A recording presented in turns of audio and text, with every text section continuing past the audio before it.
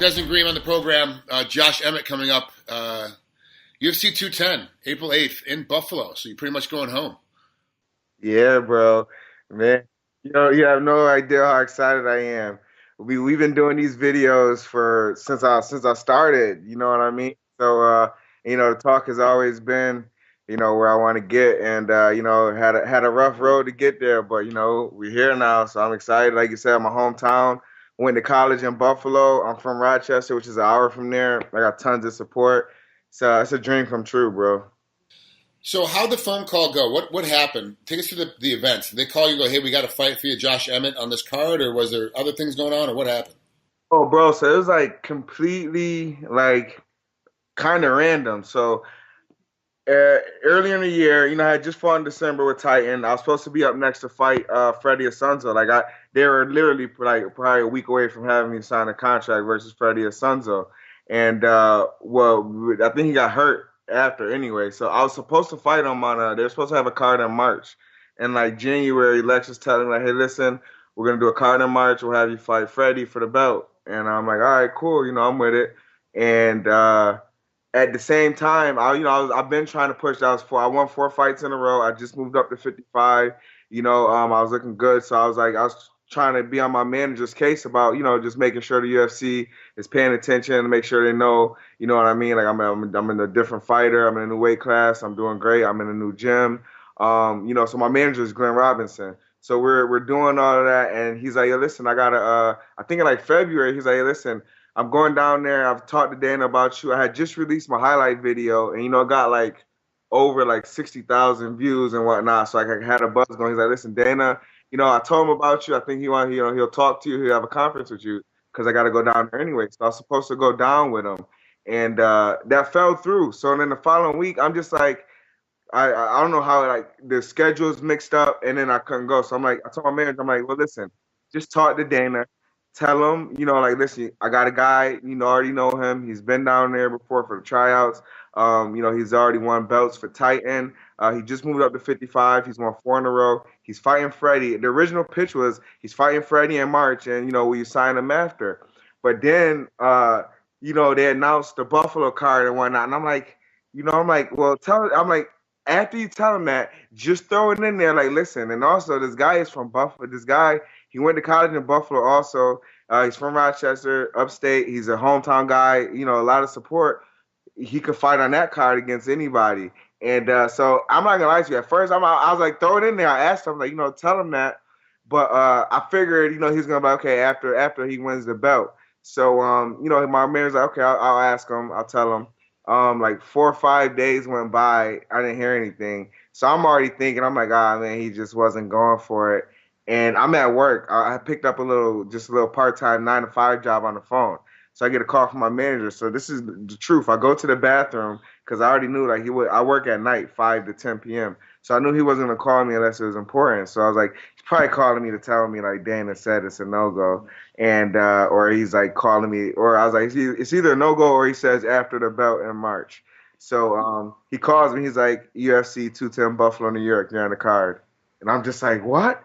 He's like, yeah, man. He's like, Dana said, he owed me a favor. He liked your record, blah, blah, blah. Yeah, he's like, I told him you're a hometown guy and you have lots of support. And, he went for it. And I was like, dope. Like, he's like, they're going to find you an opponent. And, like, I couldn't, I went back to work and I was just all out of focus. I'm like hanging up on people, just trying to figure out my life. Of course, I ended up quitting like 2 days later and like jumped right in like a full camp. But, it was crazy, man. It was crazy. So was Josh Emmett the first name they threw at you to fight, or were there a couple other names and that's the guy you landed on? No, they actually took a while. I was a bit nervous. Like, so when I knew about the fight, they didn't send me an opponent until like almost 4 weeks later. So I was like, man, are you sure? Like, I'm on this card because he's like, yeah, you're on the card, but they just got to find you an opponent. And Josh Emmett was the first name they threw at me, and of course, immediately I said, yeah. I mean, I was, me, I say yeah to anybody, but I really like my matchup against him. He's 5'6.5". He's a wrestler, but not as dominant wrestler as me. He has a pretty good overhand, right? I've done my homework on him. So I immediately said yes. I'm like, yes, it's cool. Whoever it is, let's do it. Yeah, you're a lot tall. You're a couple inches taller than he is, and then I'm not sure in the reach and all that stuff yet, just because they got to get some new measurements on you. Once you get to the UFC, they'll get some measurements on you, kind of see where your reach is at, your leg reach, and all that kind of stuff. Yeah. This is a good fight for you, man. It's a good fight for you to be fighting back at the home. Have you watched Josh's fights? Do you know much about him?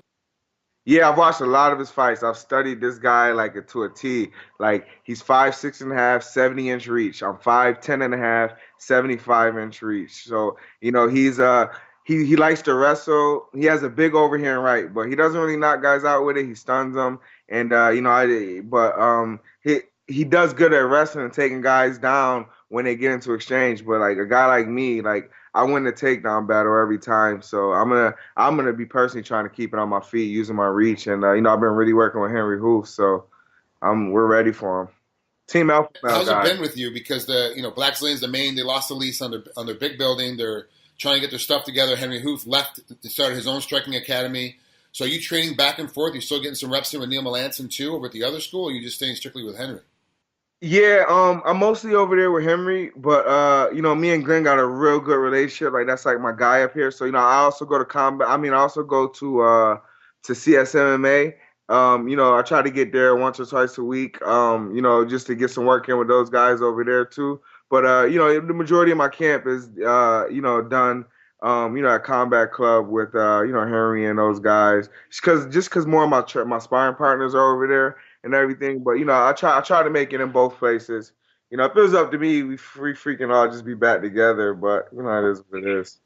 As of right now, it'll I don't know. I hear that Glenn's getting ready to try to open up another academy a little bit bigger and a better spot, which will kind of bring everybody back together again. But Henry's got his own thing going on, and he could probably be really successful doing his own thing and stepping out. For sure. So, all right. Well, let's talk about Josh a little bit. You said you gave us his stats as far as like his height, his reach, and all that stuff. But what is he like as a fighter? He likes to wrestle a little bit, but how are you going to counteract that? Are you going to strike to stay on it? Are you going to sprawl and brawl? Like how do you feel like you're going to beat this guy up?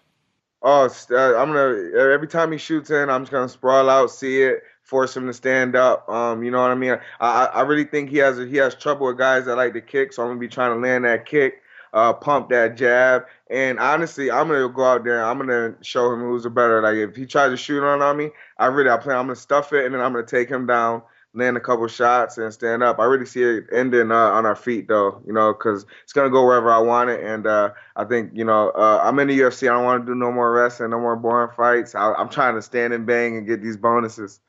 I like how you think. That's Des Green's got Josh Emmett coming up here, UFC 210, April 8th. Cormier versus Johnson 2 is the main event. And then, of course, Gegard Mousasi and Chris Weidman is a co-main event.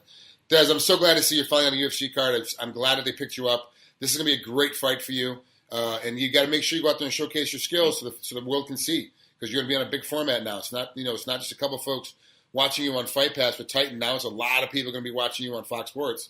I believe your fight's going to be on Fox Sports. So you're going to have millions of eyeballs looking at you. You just got to go out there and shine. Yeah, man. Thank you. Appreciate it. I will, bro. Feels good. All right. Take care, Des. We'll talk later.